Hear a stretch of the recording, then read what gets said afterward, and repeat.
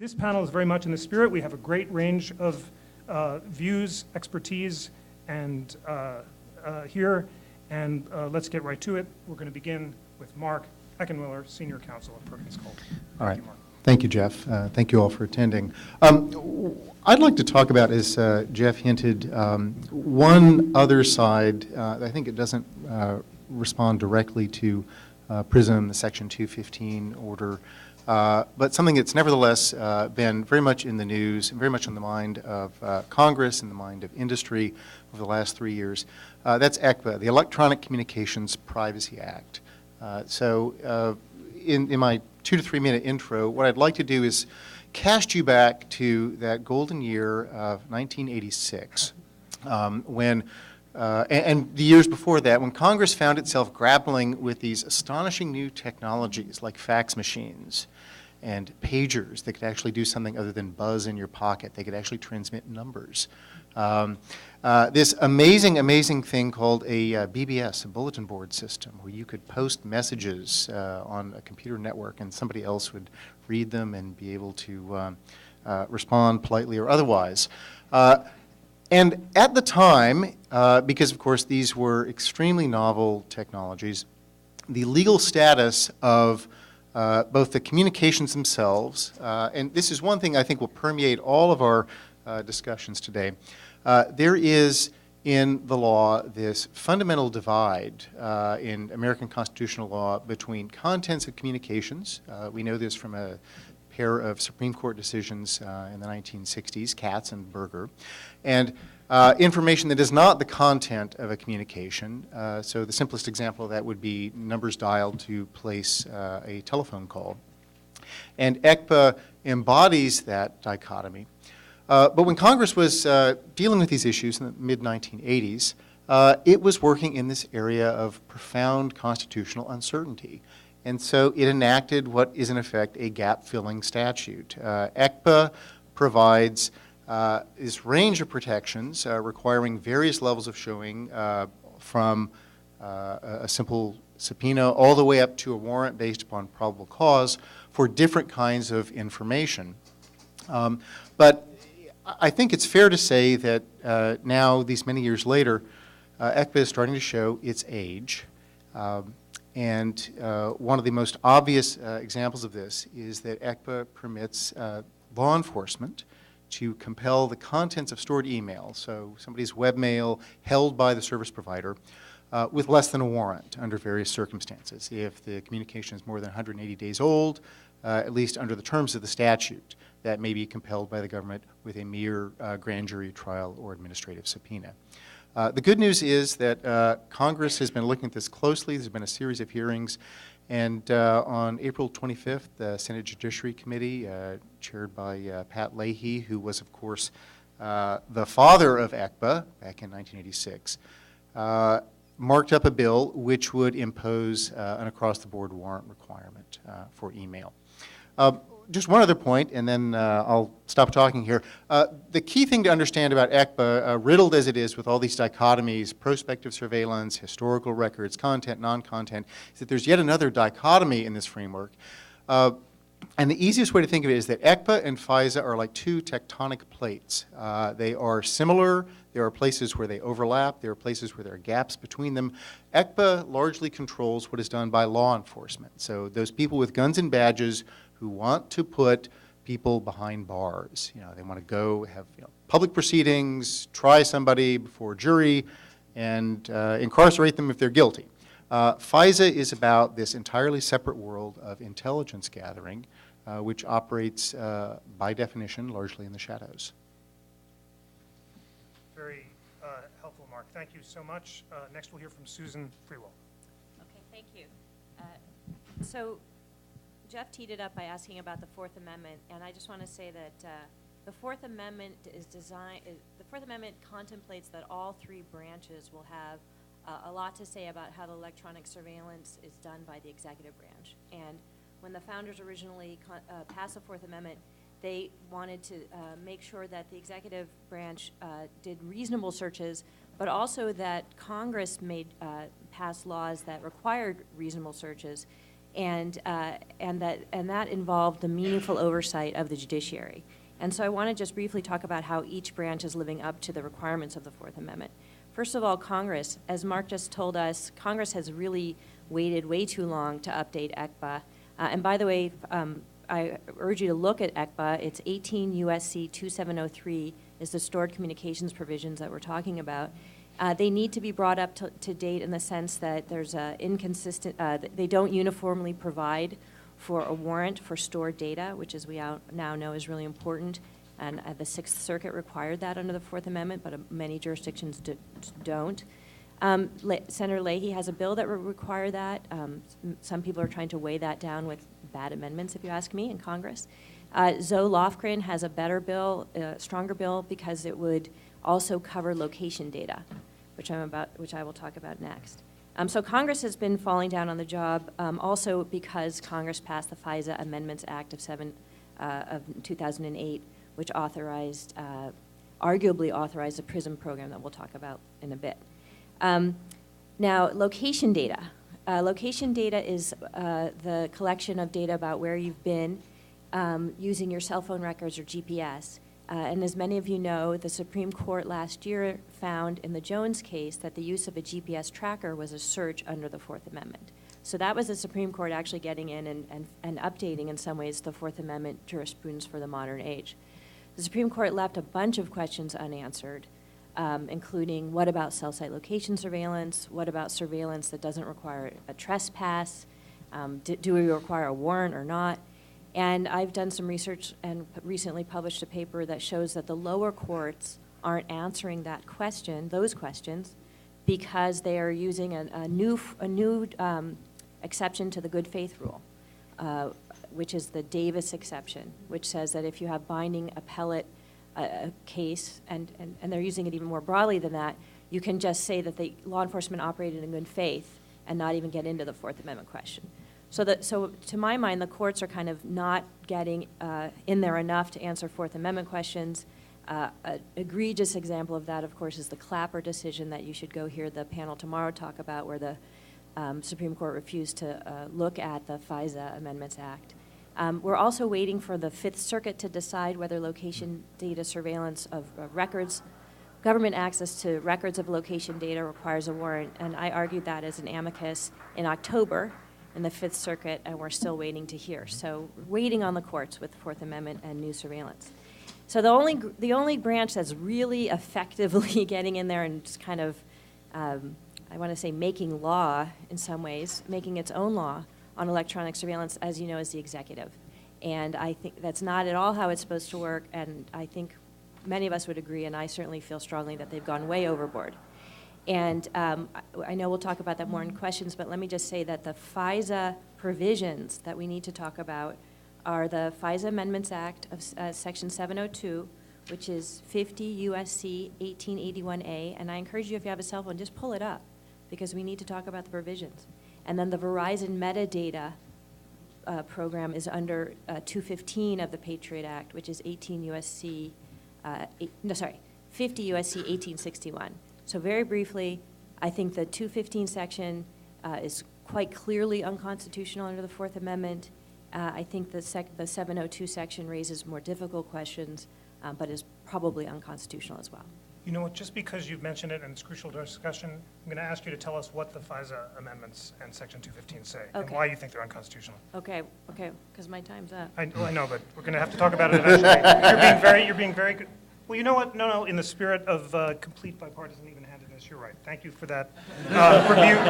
Let's keep to our time limits, and then I'll ask you and all the other panelists to explain that as well. Thank you, Susan, for keeping me on the straight and narrow. Nathan Sales. Thanks, Jeff, and thanks to the ACS for inviting me here. Happy to be a last-minute pinch hitter for my friend Jamil.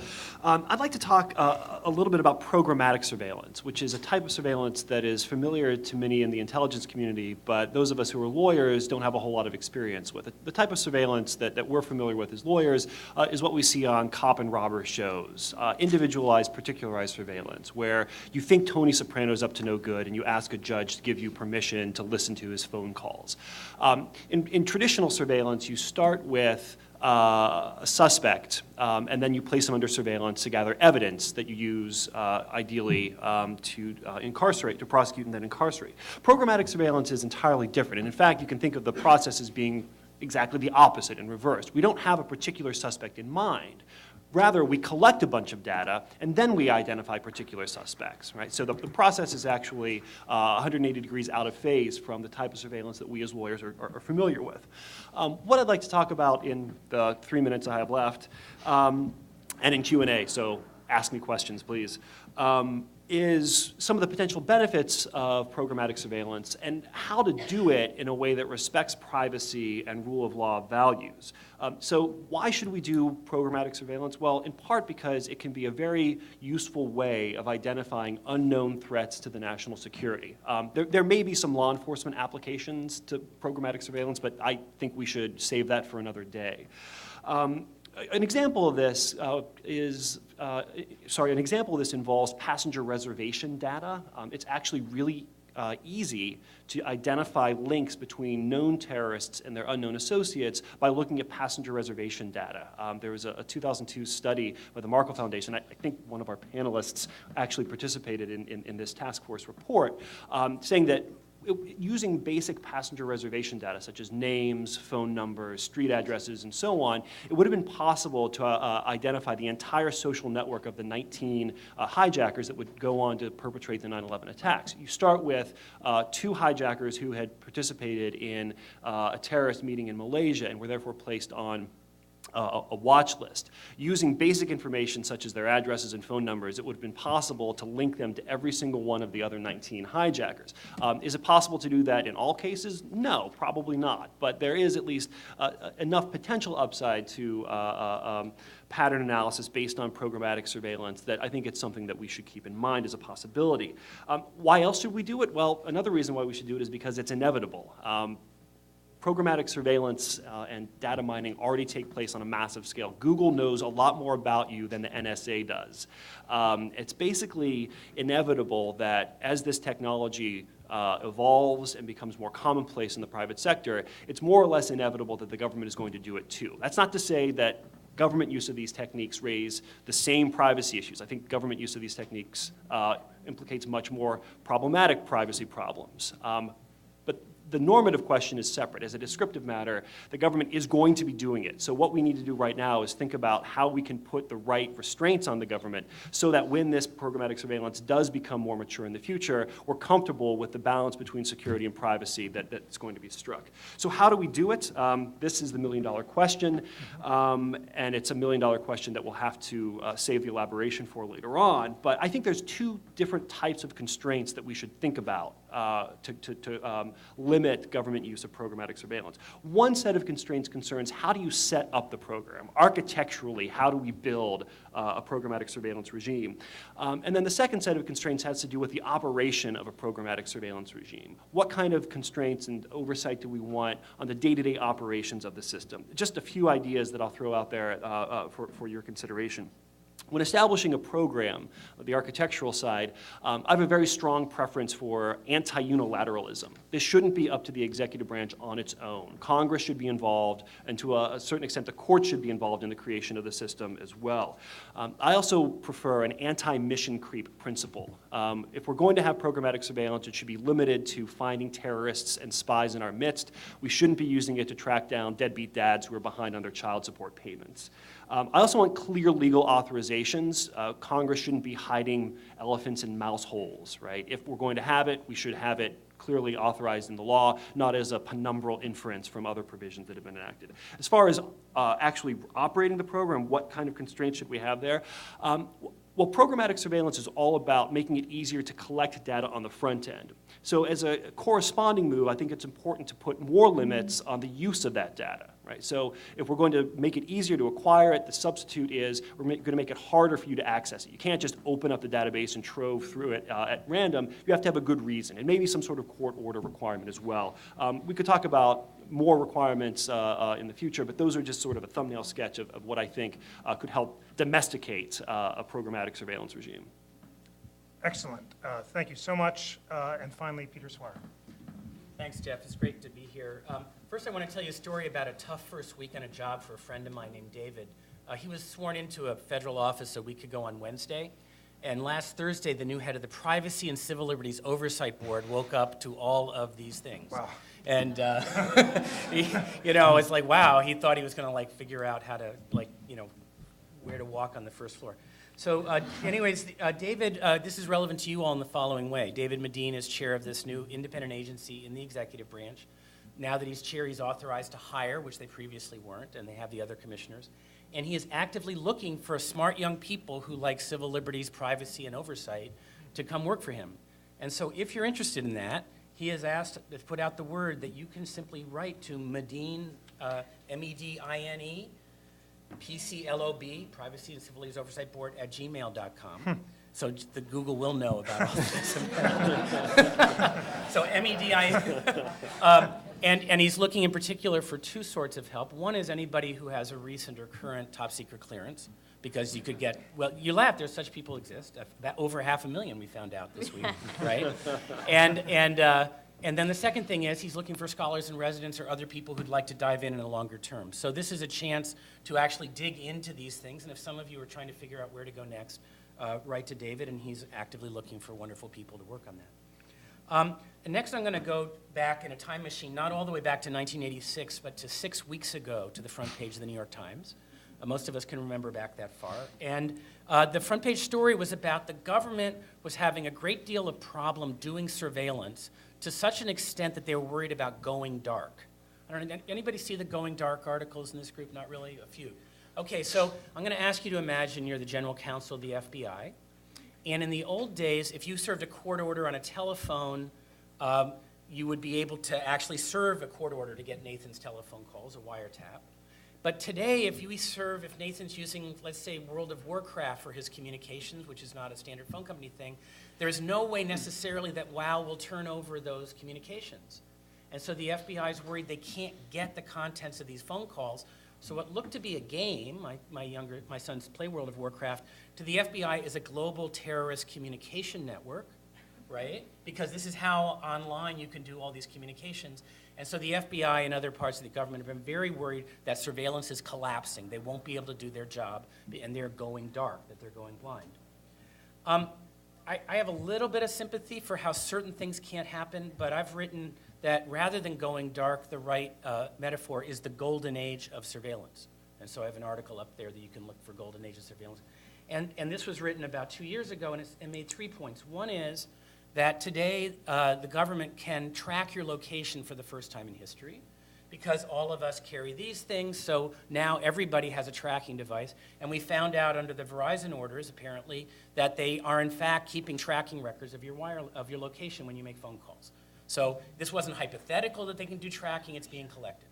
The second one was that a government has a great amount of information about your confederates and associates, who you texted, who you emailed, who you telephoned to, et cetera. And this same metadata sort of story shows everybody you called, and then they can figure out everybody they called or emailed or texted. And the volume of them, at least in my inbox, is enormously up over time. So the government has an incredibly dense web of your confederates over time. And then the third thing is other databases, and PRISM and other things show that they're looking at all sorts of other databases. So rather than it being hypothetical, that the government says they're going dark, but we say there's a golden age, we now have new information about really huge amounts of golden age of surveillance things happening. And I think that can put us in perspective of, roughly speaking, whether that going dark claim is very plausible. And I think the one other point I'm going to make, and we'll get into 215, et cetera, later, is some thoughts about how this happens in government. I worked under President Clinton as the chief counselor for privacy. One of my jobs was then Chief of Staff John Podesta asked me to chair a task force that Mark was involved in, among others, on how to update wiretap laws for the internet. And we came out with proposed legislation in 2000 as administration policy. So it was like, how do you really do this? And I think one thing I learned can help to answer a puzzle I've heard posed by some people. So let's imagine, if you will, that you had a con law professor, somebody who had spoken in public skeptically about FISA and foreign surveillance, who then got into a position of authority.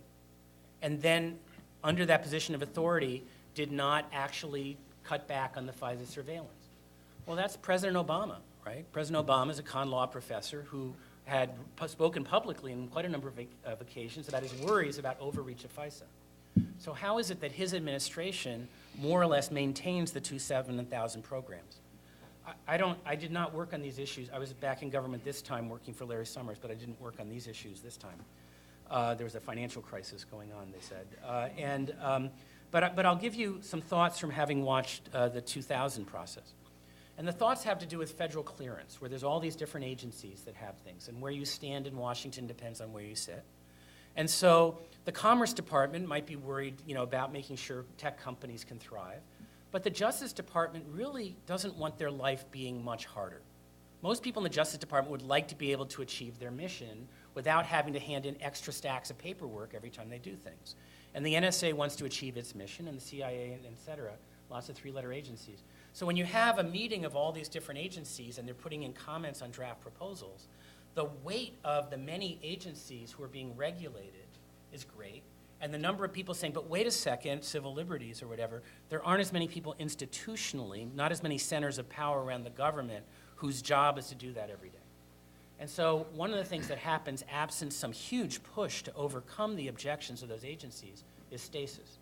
And I think one possible reading of what we've seen on these issues under President Obama, again, I haven't worked on these issues to any significant extent on them, is that there probably were all sorts of people with instincts like the president's stated instincts when he was a senator. But the enormous pressure to overcome resistance from people who need it for their daily jobs, it takes a level of pressure that's really enormous.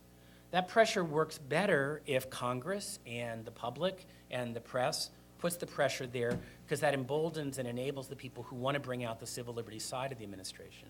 But if that voice is not there to insist that the administration live up to its claimed views, then the bureaucratic reasons not to change become very, very powerful.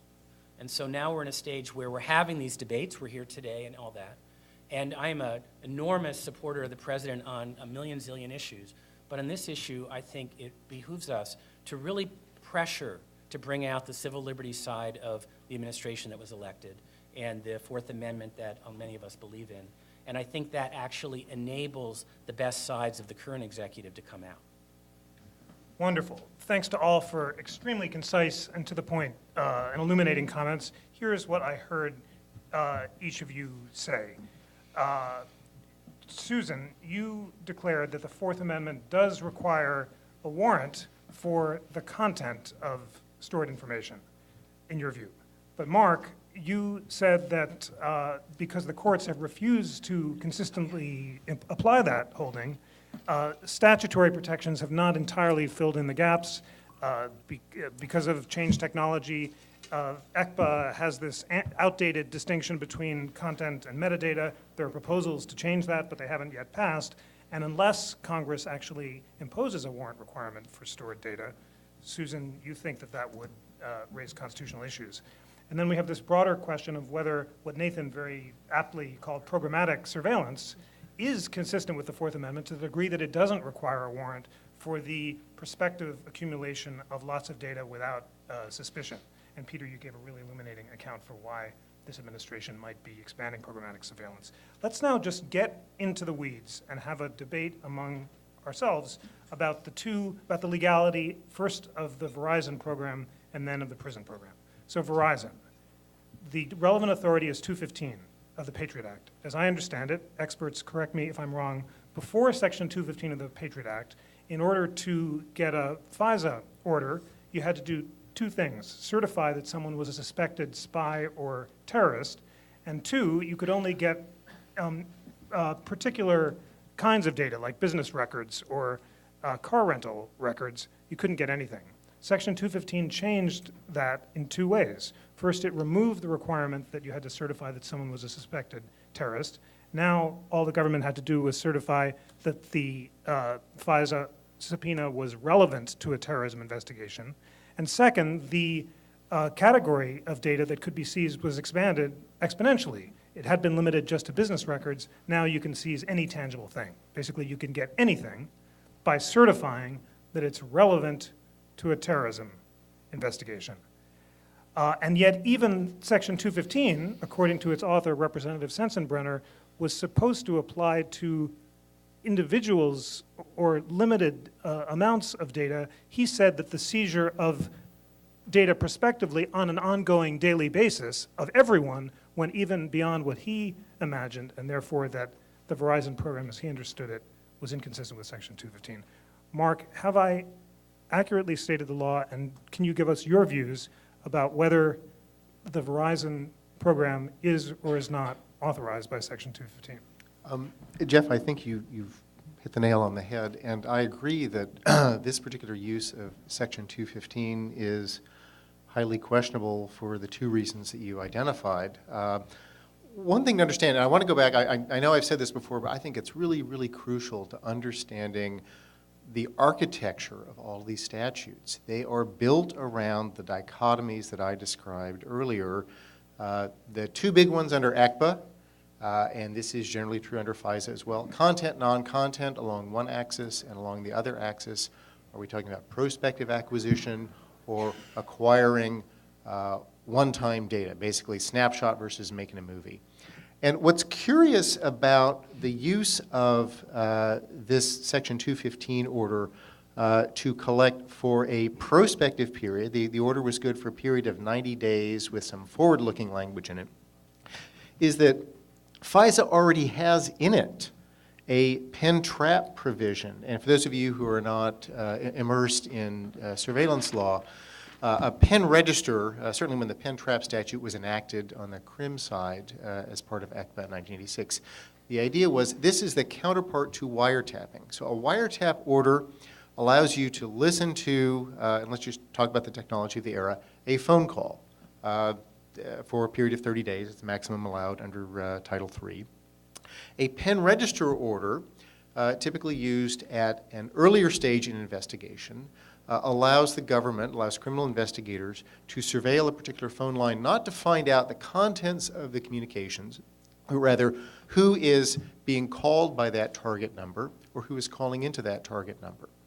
So that's existed in ECPA since '86. There is a corresponding, there's sort of a parallel, a shadow provision in FISA for performing pen register trap and trace surveillance. So that's the prospective metadata collection tool, and I find it therefore passing strange that Section 215 would be used in the way that this order apparently was. But it's more rigorous review in the FISA pen trap provision. The judge has to conduct meaningful review of the application. I'm just saying structurally, it doesn't even, well, I mean, from a pure expediency standpoint, I could see why someone who wants to get this data might look to some other tool that's less demanding. But from a structural standpoint, it seems inexplicable to me. In the spirit of the National Constitution Center, I'm hoping that we're going to have some disagreement here. Nathan, do you agree with your colleagues that Section 215, in fact, does not authorize prospective ongoing daily surveillance? It's hard to say because we don't really know what the court's theory of why 215 applies here is.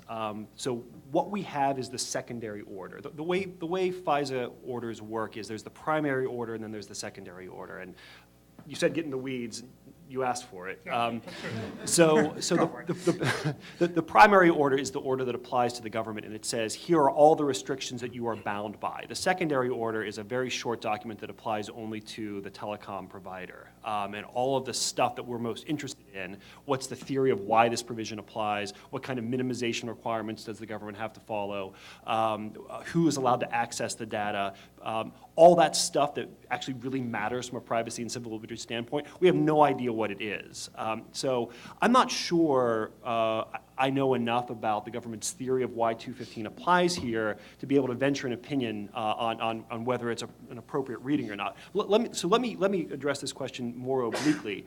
Why is the government using 215 instead of the pen register and trap and trace authority?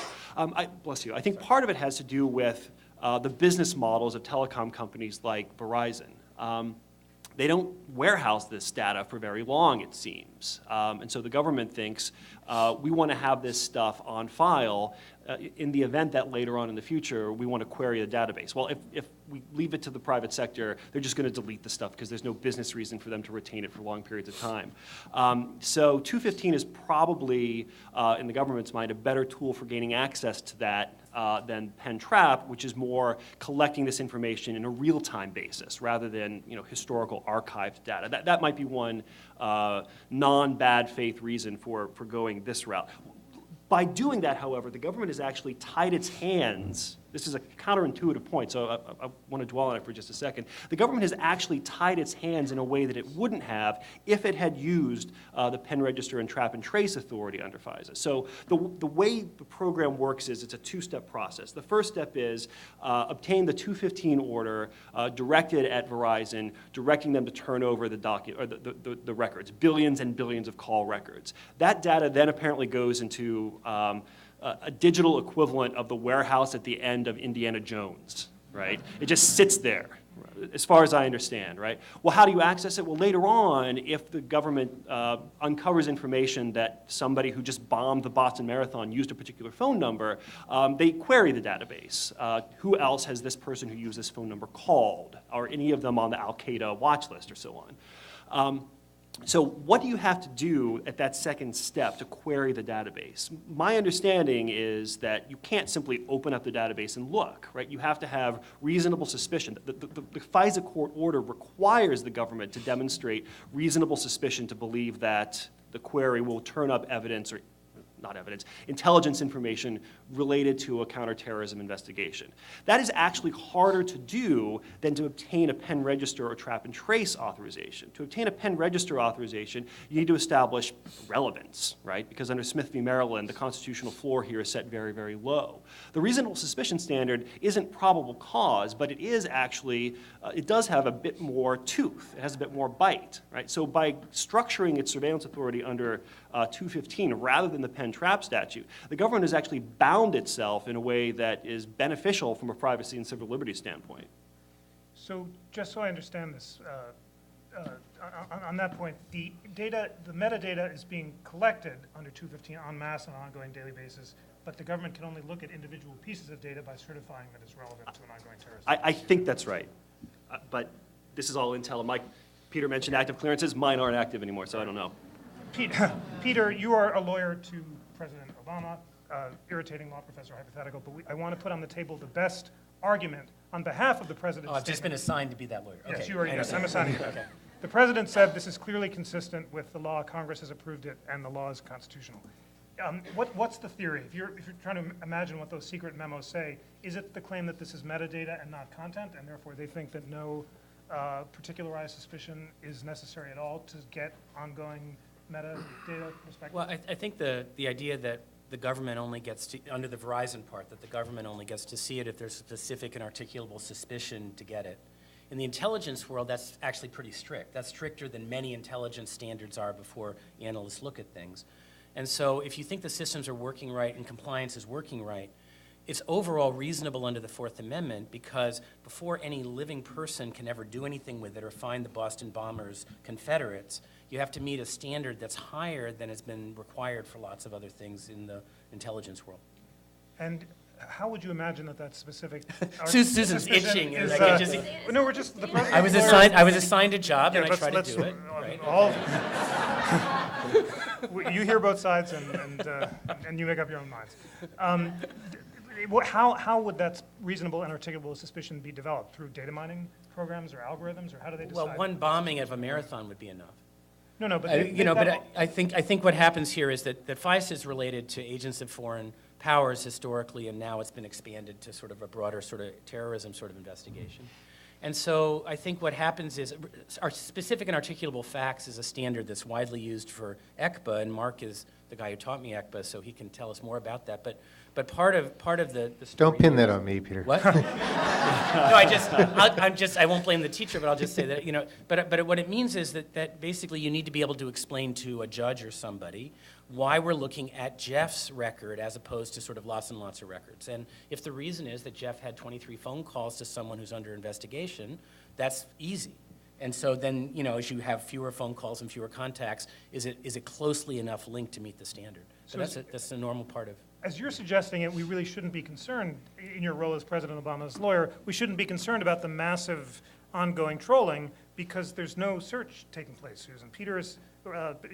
Lawyer Peter over there is saying that there actually is a specific and articulable suspicion standard, and the fact that the government is, that the phone companies are turning over the data to the government shouldn't concern us. Yeah, I hate to quote the statute.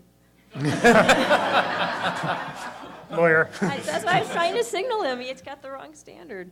It's that you have to certify a statement of facts showing that there are reasonable grounds to believe that the tangible things sought are relevant. That's it. So reasonable grounds to believe the tangible things sought are relevant to an authorized investigation, to obtain foreign intelligence information. Okay, so that's why I want you guys to look this up. You can't believe these definitions and how broad they are. Not concerning a U.S. person, or to protect against international terrorism or clandestine intelligence activities. And I want to read the last part. Such things are presumptively relevant. So you don't even have to show relevance. They're presumptively relevant if the applicant shows in the statement of facts that they pertain to a foreign power is any foreign country, or an agent of a foreign power, anyone who lives in a foreign country or works or is associated with a foreign country, the activities of a suspected agent of a foreign power, again, this is not just a spying foreign country, this is a foreign country, or an individual in contact with or known to, okay? Do any of us talk to anybody in foreign countries?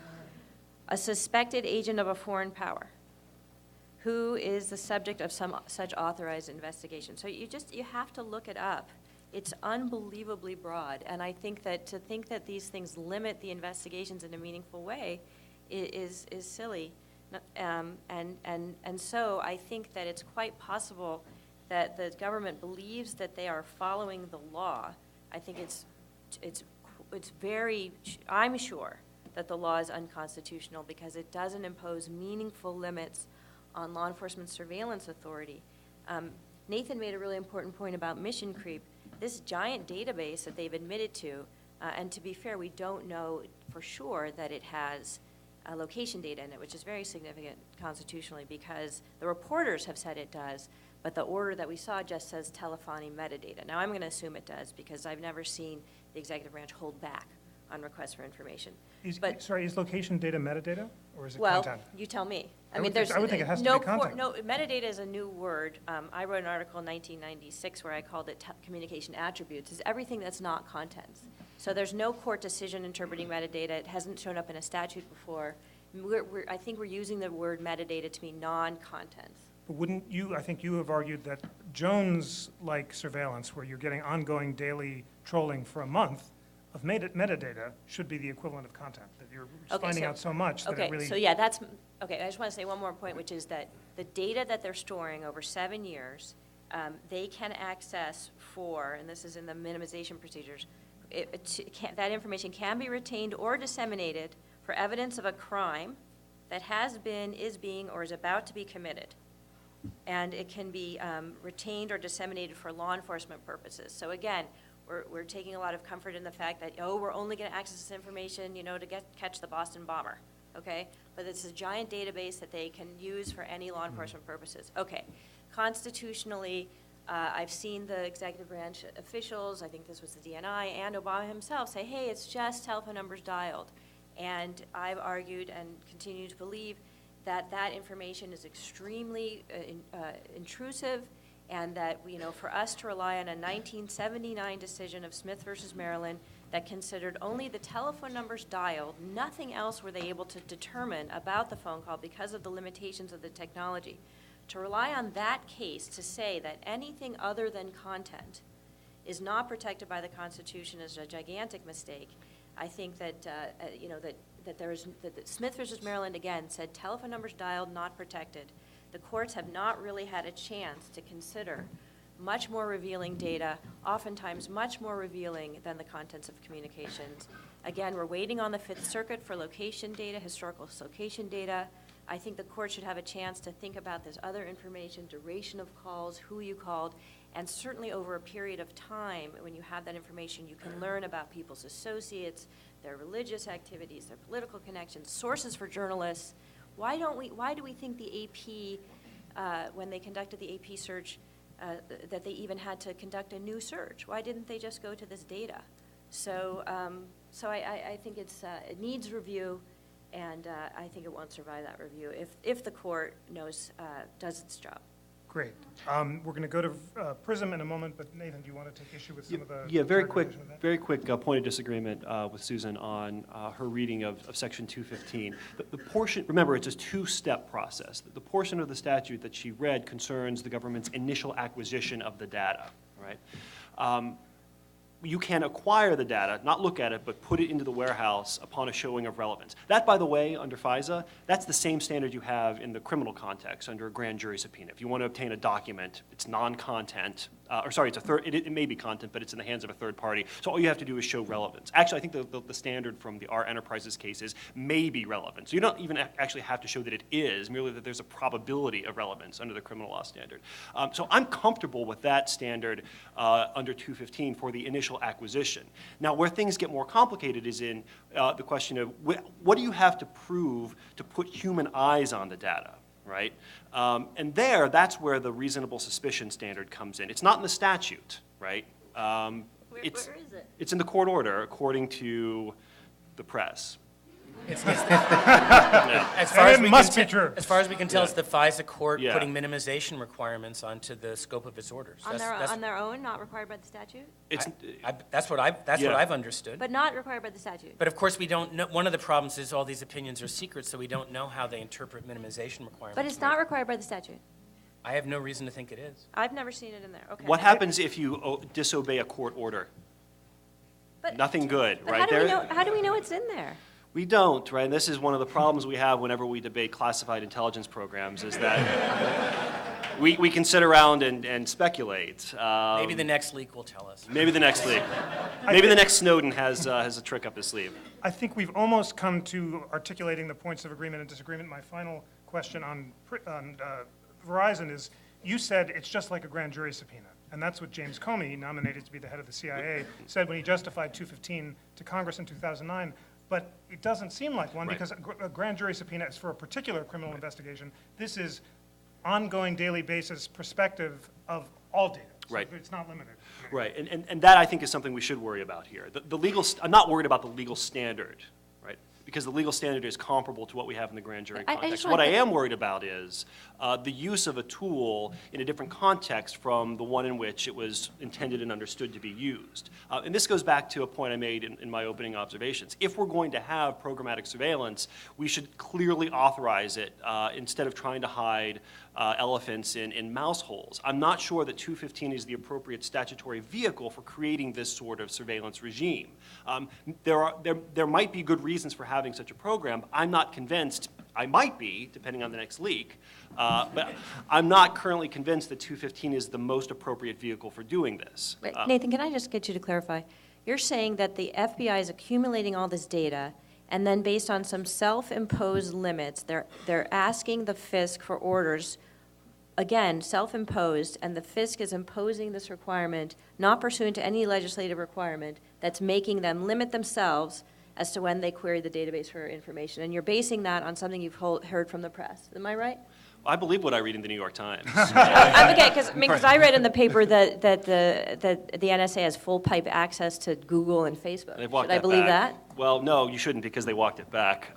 Because in fact, what was it, Declan McCullough from CNET? From CNET, who said the press just misunderstood the deck of briefing The slides. first day Washington Post story didn't hold up. Okay, Yeah. but I actually find this much more incredible, actually, that the law enforcement would self-limit and then that the FISC would self. It's not self-limited. It's a Because it's not court required by the order. statute. It's Well, not it- required by the statute. Why would they Courts do it? have statutory powers, and they have common law powers. And sometimes courts impose requirements on the government that are outgrowths of statutory mandates developed by Congress. Sometimes courts also impose orders and mandates on the executive branch in the exercise of their common law powers. If you defy either one, you are in contempt of court, and at best case scenario is your career is over.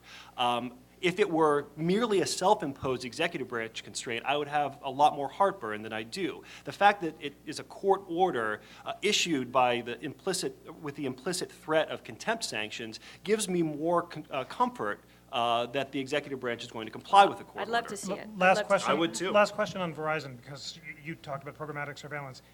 Without that court order, would Verizon surveillance be consistent with the Fourth Amendment?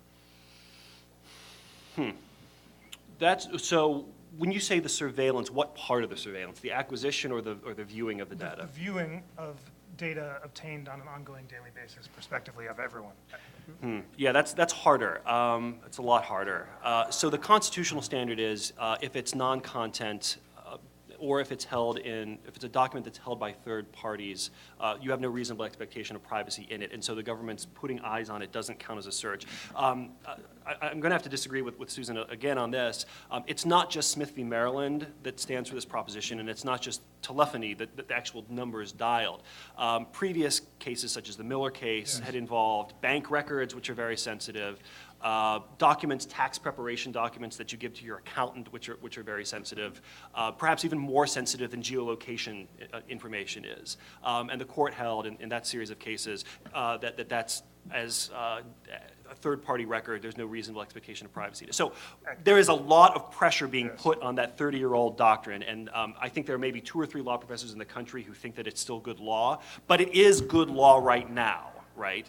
So as a doctrinal matter, if I'm writing an answer on the bar exam, looking at the data is probably permissible under Smith v. Maryland. Will it continue to be after courts develop the doctrine and push it in new directions? Well, I guess we'll have to wait for the next leak of that, too. That's great. That's very well said, and you really put your finger on the strongest and most aggressive administration defense, that the third-party doctrine, as articulated not only in Smith and Maryland, but all these other cases, says if I turn over data to a third party, I lose all expectation of privacy in it, and the government can do whatever it wants with it. Quick response. And if, of course, that were applied in this way, it would be inconsistent with what the court held in the Jones GPS case, where the Obama administration... I totally disagree with that, Jeff. Well, let me finish the thought and then disagree with it. That basically, Okay. the Obama administration took the position in the GPS case that I have no expectation of privacy in my movements in public because my geolocational data, as well as the GPS data, is stored in third-party databases. And the court unanimously rejected that on the grounds that, at least as Justice Alito said, the magnitude of the information and its aggregation can reveal so much about us that even though it's stored in third-party databases, it shouldn't be deemed waived. But Justice Sotomayor said we have to re-examine the third-party doctrine, because if we don't, then there's no Fourth Amendment. That was one vote. Yeah. But just quickly on 2 things. One, and you walked it back, Nathan, but the Miller case was 1976, and it really it should be limited to its facts, and some courts have recognized that it should be limited to its facts in some ways. The Warshak case, which is a Sixth Circuit case, found reasonable expectation of privacy in email despite the fact that it was stored with a third party, namely your ISP. So I don't think it's still good law in the sense that I think any court that understands how the Fourth Amendment needs to work in the modern age will apply it. I could be wrong. Although And one more thing, which is that the reason that the third-party records has trouble working here is because, and another reason that 215 could be unconstitutional, is they're not really getting records, as I think Mark alluded to. They're getting records on a rolling basis, which is really an end run around the provision they should be using. Because when you have a record stored and transferred as it's being created, you're really doing real-time surveillance. And the third-party records rule is supposed to apply to records. And actually in the Fifth Circuit case I worked on, the government asked for records to be created on a rolling basis and for a similar reason. So it's a common practice. Mark, you wanted to disagree before we go on to PRISM. No, that's fine. I was so persuasive. Good.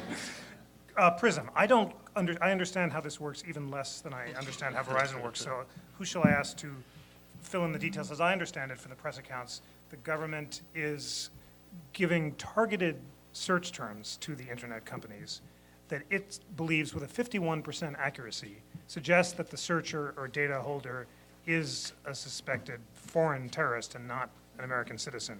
And based on these algorithmic requests, the data is being turned over And then I don't know whether you need another order to actually identify the individual, but that may be completely wrong. Who wants to? Can I do the statute? Please, yeah. Oh, and tell us, in the course of doing the statute, tell us, first of all, what the 2006 amendments to FISA said. And 2008, you did 2008. already. You actually, oh, no, you did the 215 I one. did too. So Tell what? us what the 2008 So what amendments are. happened was the the Attorney General, and I think Anna, was concerned that with the prior requirement that the warrants specifically cite to a person and a facility that was to be surveilled, there was a concern that that wasn't going to adapt to modern technologies fast enough. And so Congress passed with the FISA Amendments Act of 2008, basically a blanket warrant procedure where the NSA and FBI could jointly authorize really programmatic surveillance, and they could authorize procedures that didn't name a particular targeted person or a particular facility to target.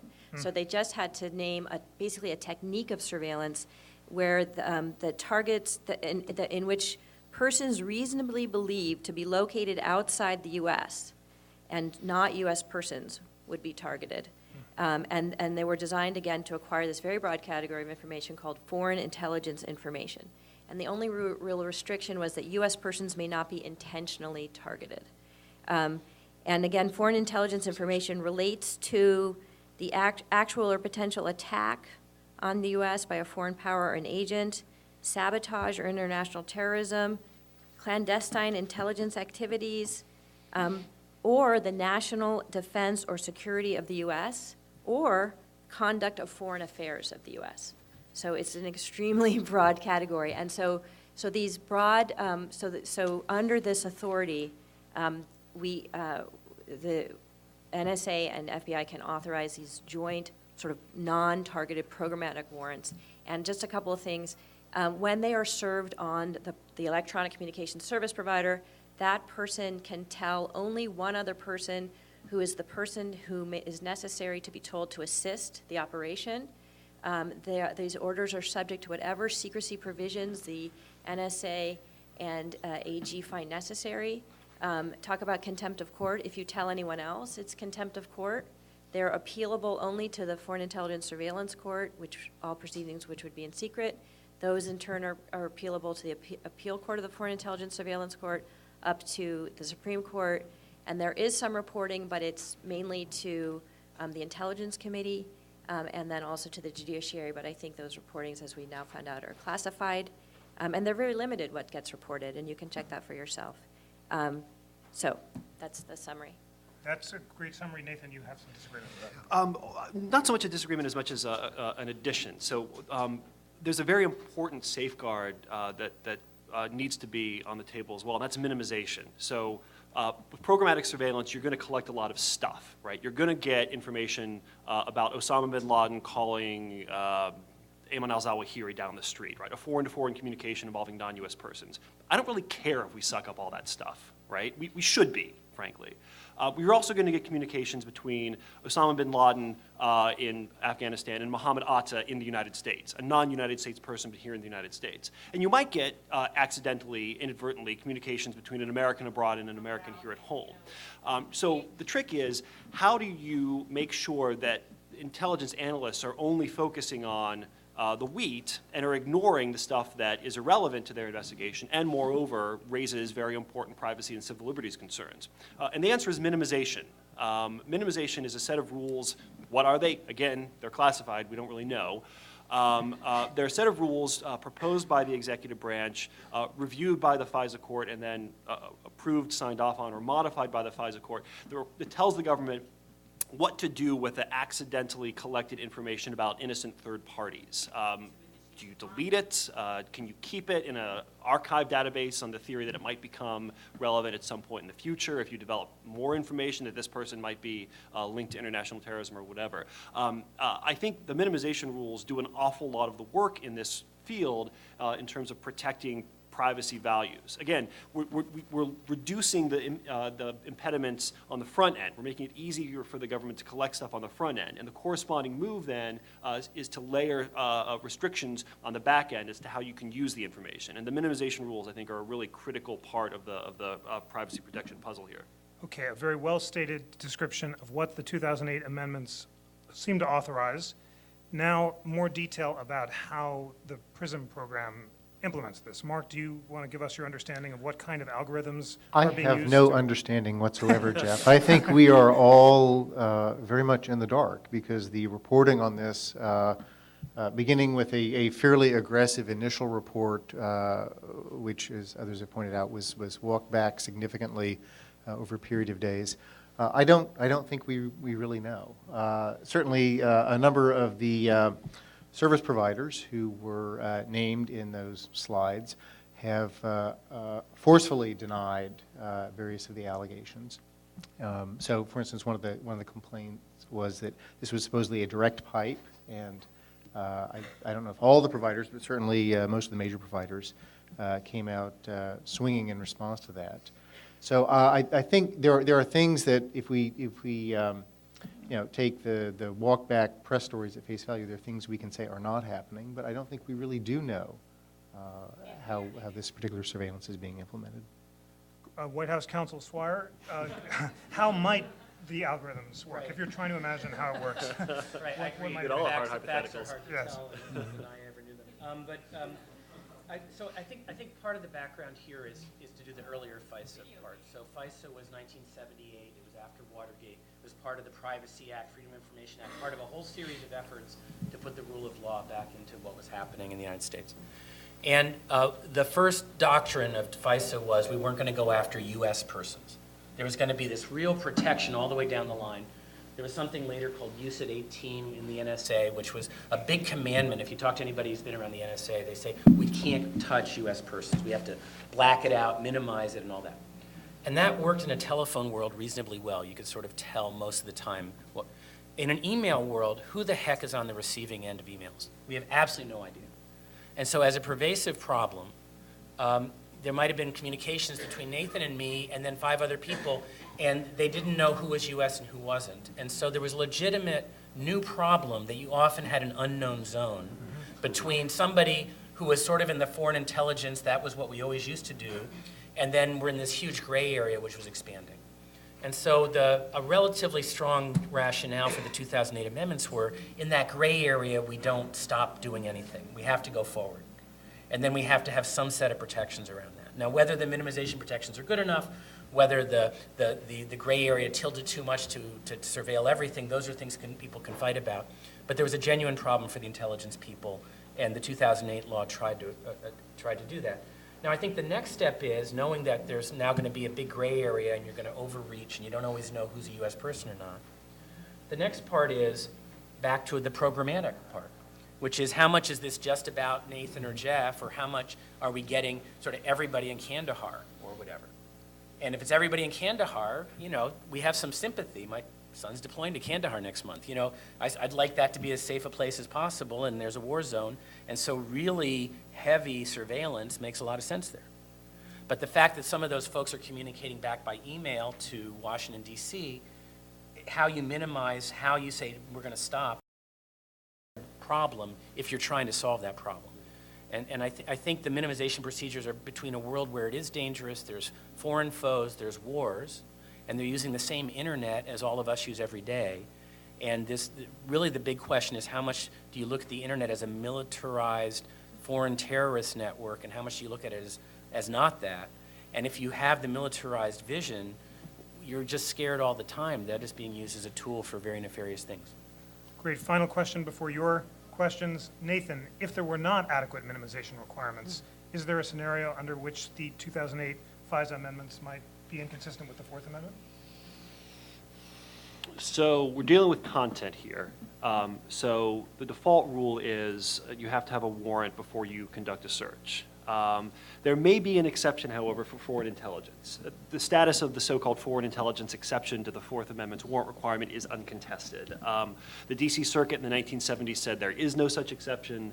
I think every other court of appeals that considered it said yes, there is. And more recently, I think in 2008, the Foreign Intelligence Surveillance Court of Review issued its second ever opinion saying that the 2008 amendments to FISA are constitutional under a purported foreign intelligence exception to the warrant requirement. So I don't know actually what the answer to that question is.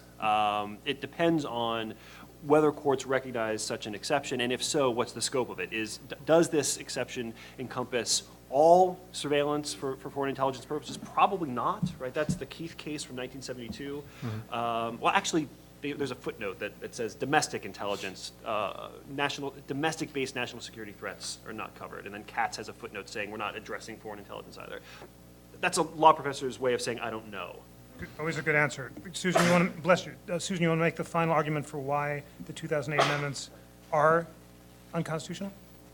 Well, yeah, just a couple of things. First of all, I think the minimization requirements in the statute are very weak.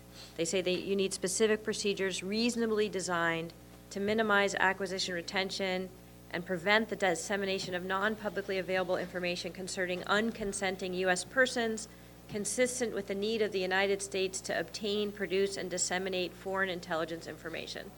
So there's just a giant loophole there. I think that our National Security Administration, and I believe this is probably true of the Attorney General as well, believe that they are justified in amassing, and they've already done it, giant databases of content and attributes, and having those available for long periods of time to search for things that they feel they need to search for to protect us. And I think the problem is that amassed in all that information is a lot of protected speech, and that's too dangerous a tool for the executive branch to have, and that they can't be trusted, certainly under the procedures they have now, not to use it to abuse their authorities. And that the Supreme Court would agree that the Fourth Amendment requires much more procedural safeguards than are now in the law, and that they've said it before. And that's just, our democracy depends on bringing up to date the Fourth Amendment's requirements as well as the executive authority. And it's a tough question how we're going to do it, but it hasn't been done yet. Excellent. Wow, that was a good discussion. I now know much more than I did at the beginning, both about how these programs operate and about the best arguments for and against, whether they're authorized by statute and whether they're consistent with the Fourth Amendment. One of the many things I've gotten out of this discussion is we don't know enough about the legal arguments for how these programs operate to make a judgment about it, and I take from that the conclusion that the administration should release the memos that it is relying on to justify these programs legally. Ladies and gentlemen, we have about 20 minutes for your questions, so have at it. Wendy Kaminer. Thank you. That really was excellent. And I greatly appreciate the legal analysis. But I want to raise a question about how much the law matters when we're dealing with this vast public-private security industrial complex. I assume that as a practical matter, minimization procedures are about as relevant as the standard of relevancy. I assume that there's, as a practical matter, that there's not really any difference between acquisition and analysis. That we're not just dealing with this identifiable core group of government officials in the executive branch. We're dealing with this vast network that's very hard to define. And very quickly, I want to make another comment about what I see as the social or cultural effects of all of this. I think right now the public, this is all quite theoretical to a lot of people because the surveillance is invisible and people aren't feeling the effects of it in their lives, and the concept of metadata is fairly arcane. The Boston bombing, which of course none of this did anything to deter, feels much more real to people. But it seems to me that when people become aware of this and what it means, that one possible consequence might be that we all start getting rationally paranoid about who we're in contact with, and that it puts an onus on all of us to investigate and maybe even inform on the people that we're in contact with and wondering who they're in contact with, and is this somehow going to catch us in this surveillance net? Two good questions. Do minimization requirements matter, and is this changing the way we interact as citizens in a free society? Do minimization requirements matter, Nathan?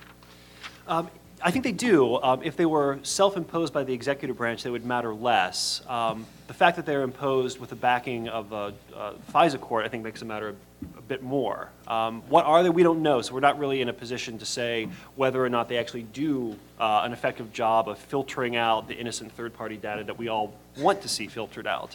But if they were simply guidelines that the government could choose to follow in its discretion, that would be one thing. The fact that the procedures are reviewed by Article III judges serving on the FISA court, and then enforced by Article III judges on the FISA court, is a point in favor of their effectiveness. But again, we can't really assess how effective they are, not knowing anything about their content. Good. And Jeff, can I just jump in Please there? do. Because Sure. one question I have about this is whether there's any reason, and I'm not directing this specifically at Nathan, although he may have a ready answer for it, why the minimization procedures themselves could not be made public. One can imagine a situation in which the procedures could be disclosed without describing the particular collection methodologies, sources and methods wouldn't necessarily have to be revealed in order to say, well, once you have some set of information, how is it you're going to decide what you can and cannot do with that as a downstream intelligence community consumer? Can I just jump in? I mean. No, let him. Oh, sorry, I just- Nathan. I wanna- Nathan, why- don't let him Nathan, off the hook here. Nathan, why not make him I public? thought you said it wasn't directed at me. Why can't they be The public, indirect- Nathan? Covered programmatically. Do you mind? It's not a bad question. Why not release the memos? Yeah, I'm trying to think of, so. Well, no, I'm not saying the memos. No, I'm the just saying what the minimization. Release a procedures description, themselves. right? You could release a redacted version of the memos or, a thumbnail sketch description of what in principle we do without getting into the details. Yeah, sure, I think we could do that. Or the, the legal rationale for why the minimization procedures make the search reasonable for Fourth Amendment purposes. I think you could release things like that in a way that keeps intelligence sources and methods still behind the veil of secrecy, but allows for transparency and public debate. Great. Let me just say, the FISA court, which you guys have more faith in than I do, or Nathan does at least, already issued a decision in October of 2011 saying that the government was not exercising its 702 authority consistently with the spirit of the law in at least one instance, and that it was not, and that the minimization procedures were inadequate in at least one instance. And the Electronic Frontier Foundation has had a really difficult time and has yet been unsuccessful in getting access to that opinion. And the only way we know about it is because Senator Wyden was able to get that fact unclassified, and I don't know how he did it, and it's on his website. And he's been getting the runaround from the Department of Justice and from the FISC in terms of how to get that very opinion released. So, I just went to a conference in which Magistrate Judge Smith gave a talk and said, judges are supposed to operate in public. And that's how it's supposed to work, and they're supposed to issue decisions in public, and that's what due process means, and that's how the system's supposed to work. So I'm not even sure, I'm certainly not sure why we should be relying so much on this FISC that can't issue decisions in public, when we can't get access to their opinions. And then the last thing, I think there's reason not even to believe that just because something is illegal, the executive branch isn't going to do it when it comes to surveillance. I don't know if that's a radical thought, but I think that history proves it not to be very radical. Yes, sir. I had a quick question with regards to standing. Hypothetically, either I'm a lawyer with foreign clients who, are potentially accused of sketchy business, or I'm just a Verizon customer and I think maybe I'm being surveilled. And I'm seeing a standing question, and I want to know how it's going forward. What I mean is this: if I say, Nathan, what's the methodology they're using? You'll say it's classified, and you'll be right. So I can't look for the methodology. So I go to court and say, but I think I'm being surveilled, and now it's suddenly speculative, because out of harm, causation, or redressability, I can't prove harm. So I have no standing. So I can't ever find out if I'm being surveilled, unless they slip up and I see them surveil me and catch them. That seems to me like a huge, huge problem going forward in monitoring. What resolution is there of that? It's a Yeah, great so this is- question. Can I get in Yeah, please, specifically, please. it's a wonderful question. The Supreme Court in the Clapper Clapper, case yeah. said no standing. The ACLU has refiled, or its suit, reinitiated its suit against the latest programs. Why should the standing come out any different? Yeah, right. So sometimes you can trust government incompetence to make your case easier. So But you're quite right. Other than the government tipping its hand and mistakenly informing you that you're under surveillance, it's difficult to imagine a scenario where you could demonstrate to the satisfaction of standing doctrine that you have an actual and imminent injury that is concrete and cognizable rather than something that's merely speculative, right? So what are we talking about here? What we're actually talking about is a second round of judicial review. Right, there's already been a prior, there's been a prior round of judicial review afforded to the ISP, in which the ISP has been able to say, we shouldn't be subject to this order because it's too burdensome, whatever. The interests of the ISP and you as a subscriber to the ISP are similar, but they're different, right? Both you as the subscriber and the ISP have an interest in the government not snooping around. You because it violates your privacy, the ISP because it's burdensome and costs money, right?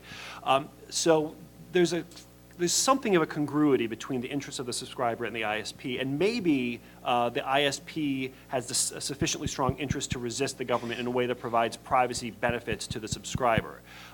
That's an account of the initial round of surveillance, court approval for the surveillance. Now the question becomes, do we need a second round of judicial review, now brought by the, not by the ISP, but by the subscriber directly?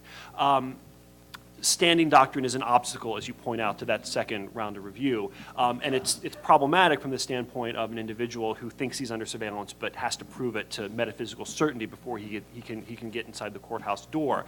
And right, that's harmful from a privacy standpoint. I want to suggest, however, that the harm is not as significant as it would have been if there had been no prior judicial review. Right? The prior judicial review is not a perfect substitute for allowing you as the subscriber to challenge the surveillance later on, but it's better than nothing. Right? Yeah, I just want to really quickly, first of all, with these programs we're talking about, the ISPs cannot mount a meaningful challenge because there's a challenge that's very circumscribed. It's only to the FISC. It's only that the orders don't meet these very low requirements that they have to meet. There's an article in the New York Times today on this precise topic. And the ISPs have full immunity. They're subject to contempt if they don't comply. So I just think that under these programs, the ISPs offer any kind of a meaningful check is very silly. I think not to say you're being silly, Nathan. And under the... That's generous. Yeah. Not to say it. And under ECPA... That's also generous. Under ECPA, I think there's more of an argument and more of a history under the Electronic Communications Privacy Act that the ISPs have shown some resistance. And I wish that David Lieber were here from Google because Richard Salgado of Google has really pushed back and required warrants in cases where they weren't required. And to give us shout out, some of the sponsors have joined in the Digital Due Process Coalition to push for meaningful reform, and that's great. That's Facebook, Microsoft, Google.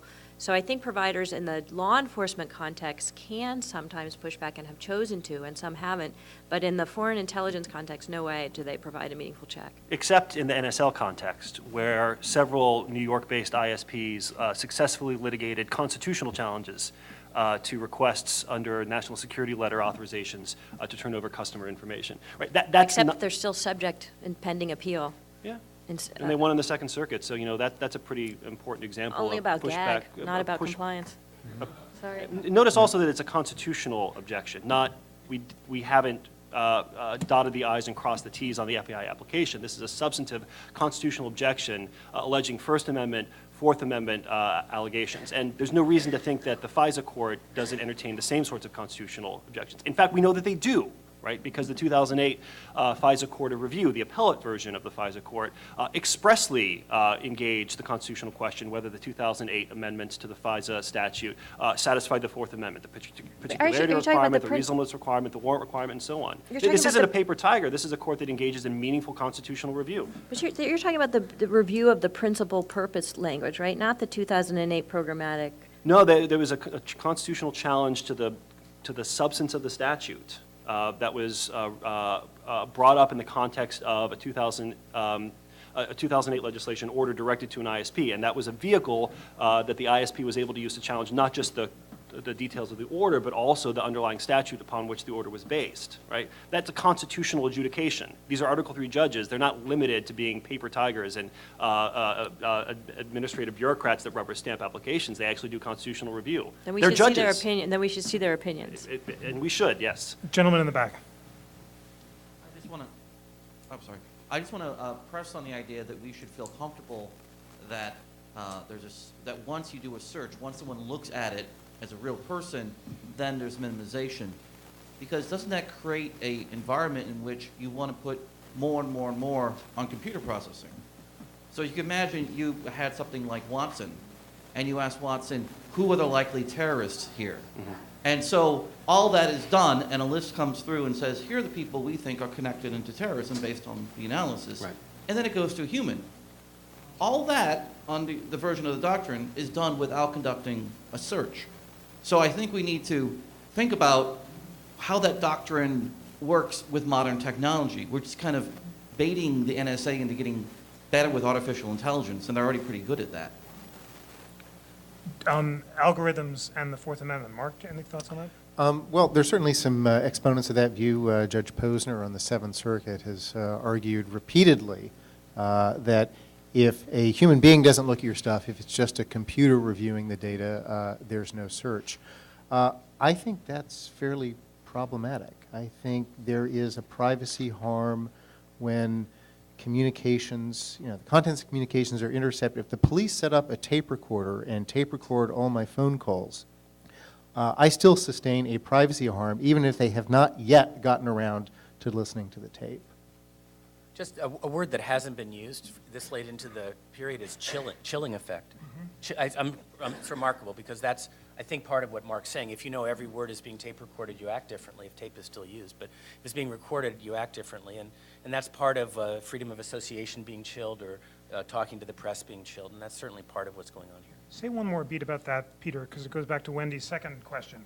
Should people care? Or not should people? Some people on this panel think they should. Do people care? Are people actually being chilled? Nothing to hide, nothing to fear. Most Americans, according to the latest polls, support both of these programs. You're a privacy advocate. In practice, do you think people actually are chilled by the knowledge that algorithms are getting their data? Whatever. I've moved from White House lawyer to privacy advocate. Yes. Got to be on your toes in this business. Absolutely. You can join Actors Equity as well. But I think the polling's importantly more nuanced. So the second poll that came from CBS said, do you think ordinary Americans' phone calls should be looked at? And 3/4 said no. And if that's what Verizon is, that's a much more interesting polling result than saying, are you willing to take a little safety and give up a little privacy, which is what the first poll was about. Good. So I'm not sure I have a lot more on the rest. But, Okay. yeah. Yes. Always a lot of questions. Yes, ma'am. As a former Article III judge, I can tell you that your faith in the FISA court is dramatically misplaced. At least you didn't call me silly. Right. For two reasons. One is, after having taught Fourth Amendment law and having practiced it, the Fourth Amendment frameworks have been substantially diluted in the ordinary police case. One can only imagine what the dilution is in a national security setting. Two, the people who make it on the FISA court, who are appointed to the FISA court, are not judges like me. Enough said.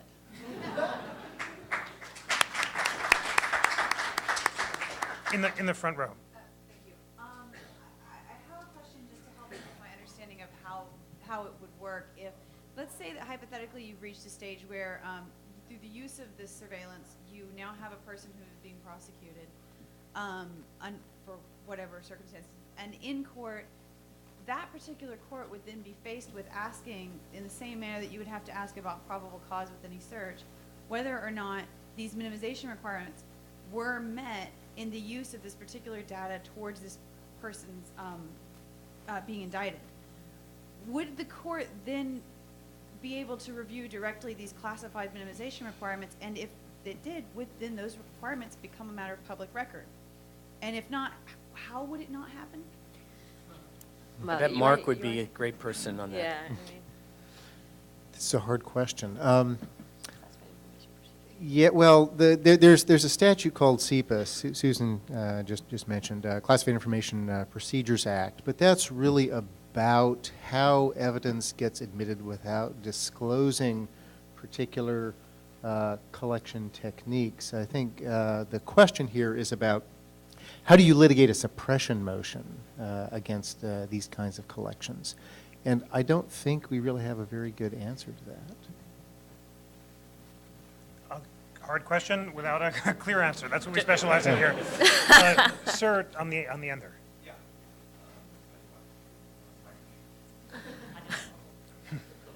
The NSA is listening. Yeah, Please speak into the who needs mics, microphone. right. I have a quick Verizon question for anybody and a quick PRISM question. The quick Verizon question is the way Feinstein has explained the reasonable articulable suspicion, it sounds as if it is simply the intelligence people having found an American phone number on the laptop of the guy in Yemen, are then about to query the black box, and they ask themselves, do I have a reasonable articulable suspicion that this is a useful exercise? I didn't get the impression from her, and maybe I was wrong, that they then run to the FISA court. They simply conduct this kind of internal analysis, and the question and the answer are almost the same. We found this number. Of course, it's worth putting this number into the search engine. And at that point, when we pull up all of these algorithmically connected conversations, if we want to look at the content of the American's phone call, well, yes, then we have to go back to the FISA court on probable cause to get a warrant. Is that how everybody understands it? And the second quick PRISM question. Let's do that one was- first, We because don't those know. are good Okay, questions. I'll stop after But the first one. I actually think we have some answers. So I think if I were putting my White House lawyer hat on, these are for 90 days. The court has them for a short time, presumably, so they can make sure the procedures are being followed that are supposed to be followed. And the government, my guess is, has to say something about how we're following these rules to the Article 3 judge on pain of contempt if they're lying. So there's supposed to be some way to sort of say we're really following the rules. But I don't think they're going on an order by order, on an inquiry by inquiry basis. And I've been reading everything I can find, and I haven't seen that. So Nathan will respond in a sec, but I haven't seen it, and I can't imagine the court would want to hear about it. And the other thing is, it's a very, very easy standard to meet. So you're right. Someone called someone, I'm going to look. And historically, the law enforcement uses this idea of community of interest, so if you're calling someone, we get to find out what it is, and if that person's calling someone, that's interesting to us. So it's a very common theory that they're using there.